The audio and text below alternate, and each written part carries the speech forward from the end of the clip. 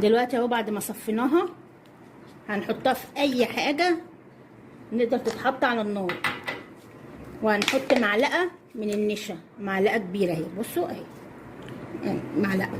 هنقلبها كويس لغايه ما تختفي اهي.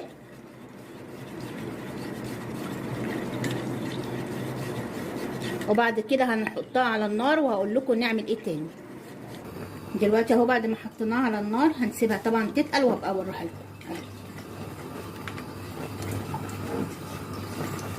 دلوقتي بعد ما خلصناها زي ما انتم شايفين كده هنحط مكون جميل جدا وهو جل الصبار. هنحط معلقه كبيره اهي